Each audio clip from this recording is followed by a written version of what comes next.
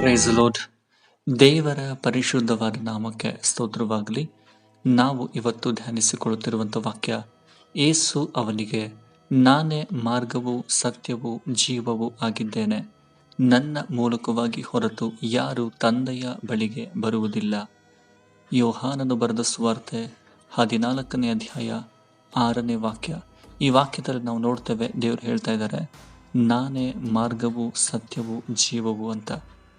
ಯೇಸು ಕ್ರಿಸ್ತನು ಹೇಳ್ತಾರೆ, ನನ್ನ ತಂದೆಯ ಮನೆಯಲ್ಲಿ ತುಂಬ ಬೀಡಾರಗಳಿದೆ, ಇಲ್ಲ ಅಂದರೆ ನಿಮಗೆ ಹೇಳ್ತಾ ಇದ್ದೆ, ನಾನು ಹೋಗಿ ನಿಮಗೆ ಸ್ಥಳವನ್ನು ಸಿದ್ಧ ಮಾಡಿ ಮತ್ತೆ ಬಂದು ನಿಮ್ಮನ್ನು ಕರ್ಕೊಂಡು ಹೋಗ್ತೇನೆ. ಯಾಕೆಂದರೆ ನಾನಿರುವ ಸ್ಥಳದಲ್ಲಿ ನೀವು ಇರಬೇಕು.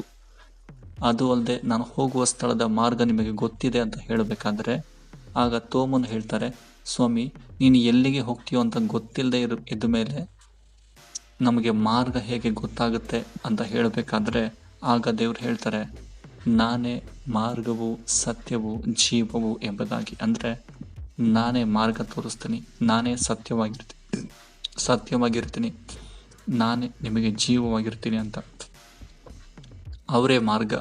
ಯಾಕಂದರೆ ವಾಕ್ಯ ಹೇಳ್ತದೆ, ಪ್ರಕಟಣೆ ಗ್ರಂಥ, ಈಸ್ ಆಲ್ಫಾ ಅಂಡ್ ಒಮೆಗಾ. ಅವರೇ ಆಲ್ಫಾ ಒಮೆಗಾ, ಅವರೇ ಪ್ರಾರಂಭ ಸಮಾಪ್ತಿ, ಎಲ್ಲವೂ ಕೂಡ ಅವರೇ ಆಗಿದ್ದಾರೆ. ನಾನೇ ಆದಿ ಅಂತ್ಯ ಎಂಬುದಾಗಿ ಅವರೇ ವಾಗ್ದಾನ ಕೊಟ್ಬಿಟ್ಟಿದ್ದಾರೆ. ಅಂತಾದ್ಮೇಲೆ ಇಲ್ಲಿ ವಾಕ್ಯದಲ್ಲಿ ಬರೆಯಲ್ಪಟ್ಟಿದೆ, ನಾನೇ ಮಾರ್ಗವು ಸತ್ಯವು ಜೀವವು ಆಗಿದ್ದೇನೆ. ನಮಗೆ ಒಂದು ಮಾರ್ಗ ಗೊತ್ತಿಲ್ಲ ಅಂದರೆ ನಾವು ಹೇಳಬೇಕು, ದೇವರೇ ನೀವೇ ಮಾರ್ಗವಾಗಿದ್ದೀರ, ನಮಗೆ ಮಾರ್ಗವನ್ನು ಏನು ಮಾಡ್ರಿ, ತೋರಿಸ್ರಿ. ಕೆಲವು ಸಮಯದಲ್ಲಿ ನಾವು ಹಿಂಗೆ ಹೋಗ್ಬೇಕು, ಏನು ಮಾಡಬೇಕು, ಯಾವ ದಾರಿಲಿ ಹೋಗ್ಬೇಕು, ಯಾವ ದಾರಿ ತಪ್ಪು, ಯಾವ ದಾರಿ ದೇವರ ಚಿತ್ತ ಇದೆ, ಯಾವ ದಾರಿ ದೇವರ ಚಿತ್ತ ಇಲ್ಲ, ಯಾವ ದಾರಿ ದೇವರ ದಾರಿ, ಯಾವ ದಾರಿ ಸೈತನನ ದಾರಿ ಗೊತ್ತಾಗೋದಿಲ್ಲ. ನಾವು ಬೇಡಬೇಕಾಗಿರೋದೇನೆಂದರೆ, ದೇವರೇ ನಿನ್ನ ಮಾರ್ಗವನ್ನು ನಮಗೆ ತೋರಿಸು, ನಿನ್ನ ಮಾರ್ಗ ಯಾವುದು ಆ ಮಾರ್ಗವನ್ನು ತೋರಿಸು ಅಂತ ಬೇಡುವುದಾದರೆ, ಮಾರ್ಗವು ಸತ್ಯವು ಜೀವವಾಗಿರುವ ಆತನು ಏನು ಮಾಡ್ತಾರೆ, ಮಾರ್ಗವನ್ನು ಏನು ಮಾಡ್ತಾರೆ, ಸಿದ್ಧಪಡಿಸಿ ಕೊಡ್ತಾರೆ. ಸೊ ಆತನು ಮಾರ್ಗವನ್ನು ಸಿದ್ಧಪಡಿಸಿ ಕೊಟ್ಟರೆ, ಆ ಮಾರ್ಗದಲ್ಲಿ ನಾವು ಹೋಗುವಾಗ ದೇವರು ನಮ್ಮ ಜೊತೆಲಿದ್ದು ನಮ್ಮನ್ನು ನಡೆಸ್ತಾರೆ. ಯಾಕೆಂದರೆ ನಮ್ಮನ್ನು ಪರಲೋಕ ರಾಜ್ಯಕ್ಕೆ ಕರ್ಕೊಂಡು ಹೋಗಿ ಅವರಿಂದ ಮಾತ್ರ ಸಾಧ್ಯ. ದೇವರು ತೋಮನಿಗೆ ಹೇಳ್ತಾರಲ್ಲ,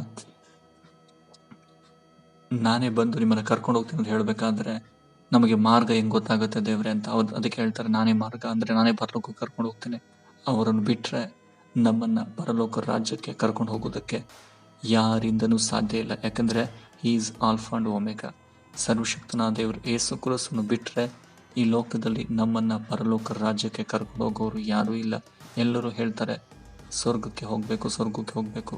ಸ್ವರ್ಗಕ್ಕೆ ದಾರಿ ಒಂದೇ ಒಂದು, ಯೇಸು ಕ್ರಿಸ್ತನ ಮಾರ್ಗ. ಸೊ ಆತನು ಬಿಟ್ಟರೆ ಈ ಲೋಕದಲ್ಲಿ ಯಾರು ಕೂಡ ನಮ್ಮನ್ನು ಪರಲೋಕ ರಾಜ್ಯಕ್ಕೆ ಕರ್ಕೊಂಡು ಹೋಗೋದಕ್ಕೆ ಸಾಧ್ಯ ಇಲ್ಲ. ಯಾಕೆಂದರೆ ಅವರು ಮಾತ್ರ ನಮ್ಮನ್ನು ಸರಿಯಾಗಿ ಅರಿತವರು, ಅವರು ಮಾತ್ರ ನಮ್ಮನ್ನು ಸರಿಯಾದ ದಾರಿಯಲ್ಲಿ ನಡೆಸುವವರು, ಅವರು ಮಾತ್ರ ನಮಗೆ ಒಳ್ಳೆಯದನ್ನು ಬಯಸುವವರು, ಅವರು ಮಾತ್ರ ನಮ್ಮನ್ನು ವೃದ್ಧಿಪಡಿಸೋದಕ್ಕೆ ನೋಡುವವರು, ಅವರು ಮಾತ್ರ ನಮ್ಮನ್ನು ಶುದ್ಧೀಕರಿಸೋದಕ್ಕೆ ನೋಡೋದು, ಅವರು ಮಾತ್ರ ನಮಗಾಗಿ ಪರಲೋಕ ತಂದೆಯೊಡನೆ ಏನು ಮಾಡ್ತಾರೆ, ಮೊರೆ ಇಡ್ತಾರೆ, ನನ್ನ ಮಕ್ಕಳನ್ನು ಕಾಪಾಡು ಅಂತ, ನನ್ನ ಮಕ್ಕಳನ್ನು ರಕ್ಷಿಸು ಅಂತ ಹೇಳಿ ತಂದೆಯ ದೇವರಲ್ಲಿ ಮೊರೆ ಇಡ್ತಾರೆ.